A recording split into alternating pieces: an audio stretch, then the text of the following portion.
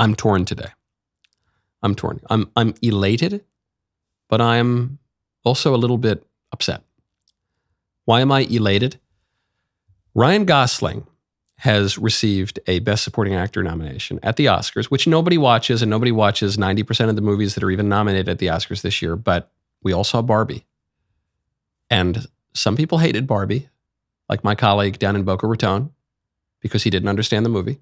And some of us who did understand the movie loved Barbie because it's a conservative masterpiece and the most clearly anti-feminist movie since Greta Gerwig's first movie called Lady Bird. I didn't see Little Women. That might count too.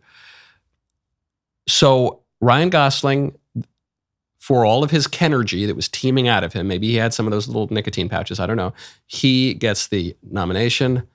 Margot Robbie, who did a great job in the movie, gets snubbed for Best Actress. Worse still, Greta Gerwig, one of my favorite current directors, and I watch very few movies, so maybe she'll be the only director I'll watch for a year, or one of three. But Greta Gerwig, arguably the most conservative and Christian director working in Hollywood today, at the Hollywood level, and in that depraved place, Gomorrah by the Sea, some of us call it. She got snubbed as well for Best Director. I think that's outrageous. Some people think I'm joking or trolling because they think that Barbie is really woke or whatever. It's not. It's really not. I actually don't see how one can watch Barbie, paying even a modicum of attention, and come away thinking that that is a left-wing movie. It's not. It's not even a kid's movie, by the way. Some people said, I'm not going to watch Barbie because it's a kid's movie selling toys. It's not even a kid's movie. But I see why some are confused. Barbie is a movie for adults masquerading as a kid's movie that has a conservative message masquerading as a woke polemic. There are all these lines in the movie about feminism and the patriarchy and that's all people hear, but they're not paying attention to the context of those lines. The lines are ironic. Barbie Land, which is this feminist fantasy, is a fantasy. It's a bad place. There's something rotten and broken about it. And the protagonist, here's a spoiler alert, chooses to leave and go to the real world, the world supposedly dominated by men. Here's another spoiler alert. The movie opens with girls being nice and playing with their little dolls and loving their little baby dolls. And then Barbie comes along, the Barbie toy phenomenon, and the girls start killing their babies and becoming feminists. The whole thing is presented as this is a feminist revolution, and it leads to women killing their babies.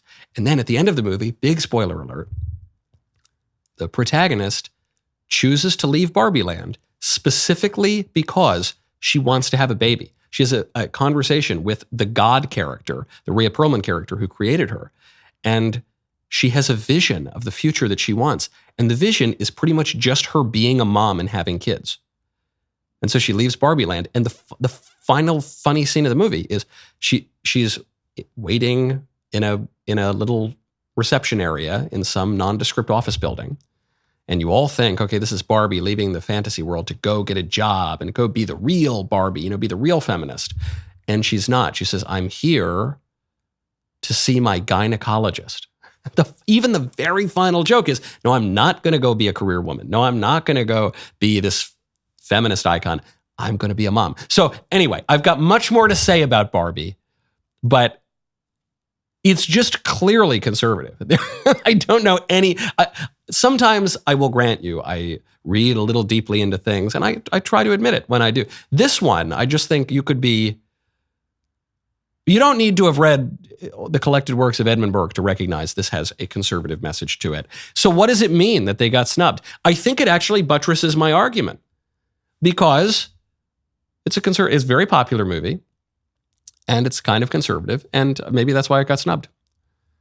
It is at least funny. I'm not sure that that's the reason. Maybe there were other internal politics in Hollywood. It is at least funny that the Ken character is trying to advance the patriarchy within the feminist utopia of Barbie Land. And Ken is the only one who gets the nomination. That's KENergy, Patriarchy, Undefeated. But that question is even grappled with in the movie. Highly recommended. Highly recommended that you go see that movie. Right now, go to Genucell.com/Knowles, letter Y, letter T. Here's a great New Year's resolution you can keep. Whether you have 3 minutes in the morning or 30 minutes, keep your face wrinkle-free with Genucell. introducing Gen 90, the new instant wrinkle treatment from Genucell. Gen 90 instantly reduces the appearance of wrinkles anywhere you use it. From around your eyes, forehead, crow's feet, or laugh lines, it starts working in seconds. Genucell says their Gen 90 is 2 generations better than any immediate effects product and years ahead of the skincare on the market. I totally believe this. The owner of Genucell came over here from Egypt, Coptic Christian, came over here for the American dream, and he focused on quality above all else, grew this company to be a total juggernaut. And the way he did it is he gives you a really great deal, knowing that you are going to be a customer for a very, very long time. Best ingredients out there. Right now, our listeners will not only get over 70% off Genucell's most popular package, but also free shipping. Genucell.com/Knowles, letter Y, letter T. Secure your Gen 90 product before they sell out. Genucell.com/Knowles, YT today. Speaking of a return to patriarchy, there is a terrific bill coming out of Oklahoma. A bill that would ban pornography, which is something that pretty much everyone wants. Other than the perverts and the weirdos, everyone wants this. And everyone has wanted to ban or severely curtail pornography forever. It's not a Republican thing. It's not a Democrat thing. Forever. Obscenity, pornography, was banned in America for most of our history, in most places. And then even in the 90s, when the internet came out and lawmakers had to grapple with this new technological problem, both parties came together to regulate and severely limit pornography. They did it through 2 pieces of legislation: the Communications Decency Act, which is where you get the Section 230 that protects big tech companies in some ways from oversight, and in the Child Online Protection Act. Both passed by Republicans, Democrats, signed by Bill Clinton. It was just some libs on the court who shot it down and pretended that there was a First Amendment right to weird hardcore porn. But most Americans forever have recognized that there's no right to watching perverts degrade women on camera so that other perverts can degrade themselves in a dark room. It's degrading. It's not conducive to human flourishing. And so there is a lawmaker in Oklahoma, a state senator, who would make watching porn a felony and ban sexting among people who are not married. So some are saying, okay, maybe the guy's gone a little far. And, maybe it's a little aggressive, but he's starting a negotiation here, okay? And his position is far closer to the traditional American view of these things. His position, which is, what is he really saying? He's saying, hey, discourage people from being perverts and discourage people from committing adultery. That has been the law in America. It's certainly been the cultural norm in America and in every reasonable country for all of history. His position is much closer to the reasonable one than the position of the liberals who say, yeah, go out, cheat on your wives, have a throuple, chop off your body parts, and be a pervert all the time. This state senator, Dusty Devers, much, much closer to reality. How are we going to get this across for those of us who recognize that, at least in principle, this law is a good thing?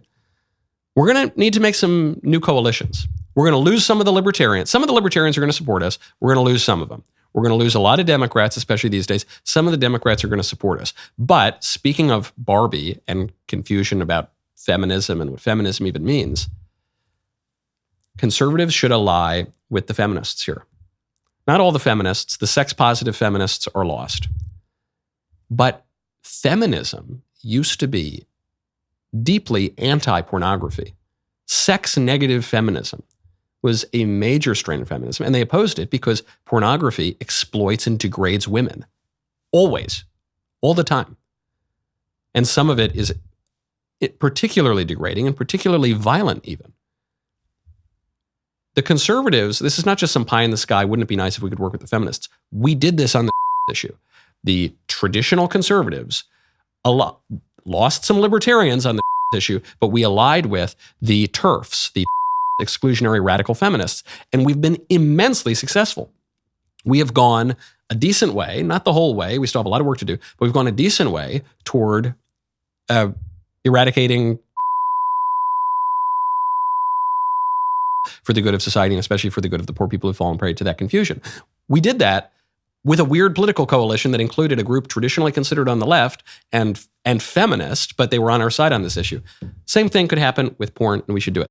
Man, what a great clip that was. Now, hold up, ring that bell, subscribe to the Michael Knowles YouTube channel. We'll see you next time.